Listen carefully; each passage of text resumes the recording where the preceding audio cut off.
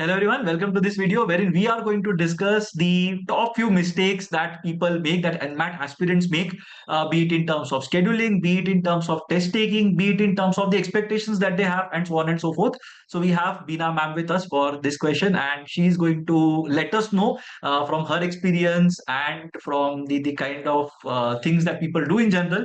Uh, what exactly are the things that people generally make, or what are the mistakes that people generally make, and how to avoid them now that we know that people make these mistakes, how exactly to avoid them. So starting with scheduling, Bina ma'am, you are emphasizing the kind of importance that people should associate to scheduling. So yes, over to you, ma'am. Okay, so I think the first mistake is waiting till the end to register and schedule. So Mm, we start our registration window in August. We are almost there for 2 months, 10 days. But we mm, see a large number of candidates waiting till the last 2 days to register. And then when they don't find slots, yeah, they write to the support that we are not able to see slots. We last year built a slot availability dashboard so that candidates can upfront see what slots are available and book mm, early. But that tendency to wait till the end is the first mistake. Then the second mistake is scheduling the exam too late that you don't have attempts time left to right. give the second or the third attempt to improve your scores. Please plan in such a way that in case you need to improve your scores, you have the mandatory 15-day attempt. And if you need to take the third attempt, another mandatory 15 days wait time is you can schedule an exam after 15 days. So plan it in such a way that you're able to take the 3 attempts, because barring one school, all other schools accept the best score. Yeah. Mm, So please do plan properly. The second mistake is NMAT is 108 questions in 120 minutes. Yeah. So mm, it is a little speed to time. Your time management is key. Yeah. mm, mm, So select the section orders in the way you are most comfortable with. Somebody may want the mm, toughest section to be dealt with first as you're fresh. Somebody may think that I'll finish the sections that I find easier first and then right. go to the tougher one. Remember, each section is timed and the time from one section does not get added to the next. So you Mm, need to time yourself within the section apart from the section order. mm, While there is no negative marking in NMAT, if you if there are unattempted questions in a section, there is a penalty levied, so you must answer all the questions in the mm, section. mm. The third mistake I would say is not preparing enough. Yeah. Yes. Every alternate year, we introduce new questions in the prep. We refurbish the OG with real NMAT questions. Mm, We change the content of the chapters also wherever required. This year we have completely overhauled the official guide, mm, okay, and also put in new questions. Same is with both the preps. We have again refurbished the prep like every alternate year we do that. mm, mm, And please look at the topics. Please go through the topics. What is tested? Yeah. mm, mm. NMAT all topics may not be the same as other exams. For example, okay, in verbal or language skills, Yes. topics like subject verb agreement, pronouns, parallelism. Yeah. So grammar topics, you need to be error identification, sentence completion. Yeah. It may not be the same as other exams. So you need to understand what are they checking in those. For Right. in quant, data sufficiency is not there in most of the exams. Data Yes. sufficiency is a very different question. You need to understand what it is trying to test. Mm, Then data interpret DI caselets, DIN yes. graphs. Yeah, it's a very uh, management topic because Right. as corporate in the corporate world, you have to work with data. Yeah. Yes. So data and DI and caselets, data interpretation and tables, these questions have to be understood before you can appear for those exams. In logical reasoning, there are various kinds of reasoning. There is analytical reasoning, there is critical reasoning, there is deductions, and there are other Hmm. reasonings. Now, I mean, a statement conclusion question is different from a conclusion based question. An Yes. inference based question is different from a statement course of action. Yeah. A decision Hmm. making question has to be answered differently. So you have to understand what each of these questions are testing. Yeah. Hmm. Hmm. Are you supposed to find an assumption? Are you supposed to find an inference? Are you supposed to find a conclusion as the answer? A Yes. lot of times it creates confusion amongst candidates as to what is what. So they need to Yes. understand these topics. So that clarity is needed to be able to answer the questions.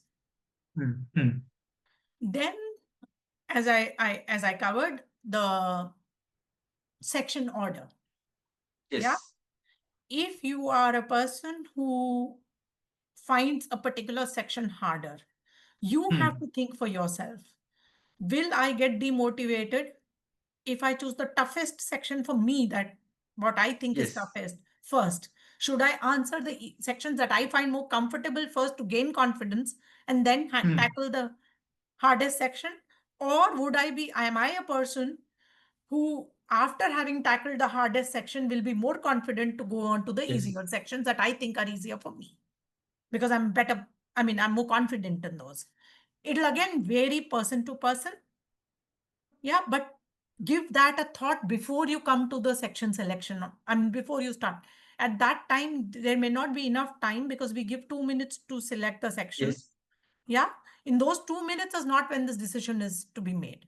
That decision has to be Fair. planned earlier before you come for the exam so that you know which sections to choose. Hmm. Hmm. Yeah. And just to add to that, ma'am, a lot of people do this mistake wherein they carry forward whatever their assumptions were of a section into the next section. So Yeah. let's say I feel that I have not done well at this particular section, and I suddenly feel demotivated and I give up in the next section. Whereas when the result comes out, I have genuinely done well in the previous section, and because of my thought, I did not do well. So every section starts from that base level. There is no carry forward between two sections in terms of the scores or the score at which you and the score that you're getting in a particular section. So that is something that I'm assuming a lot of people fall into. Yeah. Yeah. I mean, I think once you finish the section, leave that thought, go with a fresh mind to the next section. Yeah. Because if it starts weighing you down, then you may not perform well. Yes. Yeah. And I think if your preparation is good, it should not weigh you down. Right. And one more thing, ma'am, or one more mistake that people make is because of the name of the test itself. So people assume that NMAT by GMAC is meant for NM because NMAT is what they associate with NMIMS, although it is not. It's just NMAT, and there are a lot of institutes that are there. So Yeah, that is I one am more asked thing this that people. question multiple times. What does NMAT stand for? Yes. Yeah, because yes, we acquired this exam from NMIMS, but that's a decade ago. Yeah, Right. 2015. It's a GMAC exam. It does not stand for anything. It is NMAT by GMAC. In the last 10 years, we brought about a lot of changes. Yeah, it Yes. was the loft exam. We made it adaptive. We've Yes. from about 40 centers, we come up to 80 centers. Yeah. Even during the pandemic, we even went online, we were Yes. only one of the few exams which was available online at that time, because for us, candidate should not get stressed with the fear of the pandemic at a test center. So we launched online. Yeah, for 3 years when the pandemic was there, we had the online exam. When we did So away for, with for the just sorry to interrupt, ma'am, but for those of you who don't know what online means, it's basically home online proctored in a way. home proctored Proctor exam. test. So there will be a proctor who will be observing how you are taking the test, and you will be able to take it from the comfort of your home. That's what, that's how NMAT by GMAC happened. That was also an alternative that was given to students during the COVID. Yes. Yeah. Sorry, ma'am. Yeah. So yeah, so we have changed the exam so much. It was a one school exam when it was prior to 2015. Yes. Yeah. Today it is not a one school exam. 85 schools accept the exam. We have schools like SP Jain for their GMP program. We have KJ Somaya. We have Yes. Tapni. We have XIM Bhubaneswar. We have Great Lakes Chennai. We have multiple other schools, and the entire list is in the accepting schools country-wise in on our website on mba.com/nmat. We have multiple schools which accept our exam. So it's not a one school exam. That's another Yes. myth that needs to be broken, that we are not a Yes. one school exam. The entire purpose of acquiring NMAT and making it a multi-school exam was the reason why GMAC acquired it. Right. Yeah. Yes, Yeah. NMIMS is a key school which accepts the exam. And it's the only exam through which they accept candidates. Correct. But it is not just an NMIMS exam. Yes. Yeah. NMIMS is a key school, but it's not the only one. All schools are key because we give candidates to all schools. Right. Right. Fair. So again, that is another thing. A lot of people think, but do not think like that. There are a lot of colleges, lot of options available. As ma'am mentioned in the other video as well, you have the opportunity to apply to five colleges, five programs for free, as in it's built into the cost of your application. And beyond that, you will of course be able to apply to other colleges as well. They will share your scores with those colleges. That's how it works. But understand that it is meant as a gateway to a lot of institutes, not just one institute. So that is another thing that you need to be careful about. Yeah, ma'am, you want to add something to this? One key difference between GMAT and NMAT. GMAT Yeah. asks you, GMAT is for programs. Hmm. Yeah, you apply for a program in a school. Right. Yeah. So there's a difference for candidates. Program is Yes. like I'm MBA in healthcare or MBA Right. in HR. Yeah. We allow you to apply to 5 schools.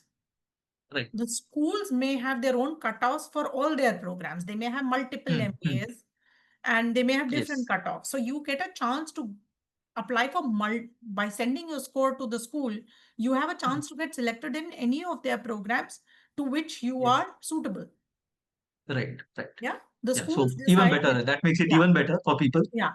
So if I count So in number of programs, if you apply to 5 schools, yeah, yes. each school may have, let's say, a minimum of 3 to 4 programs at least. Yes. So the number of programs that you're applying for are much more. Right. Right.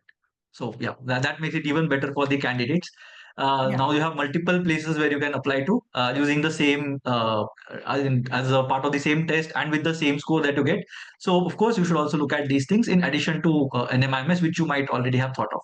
So ma'am, thank you so much. These were indeed quite a few errors that we also get from students. Our students have been discussing with us over the last many years, and I completely agree with what you have said in terms of NMAT by GMAC and the kind of changes that have been made over the last 10 years. Personally, I have seen all those changes happening. So I took it as a paper-based test before GMAC came into the picture.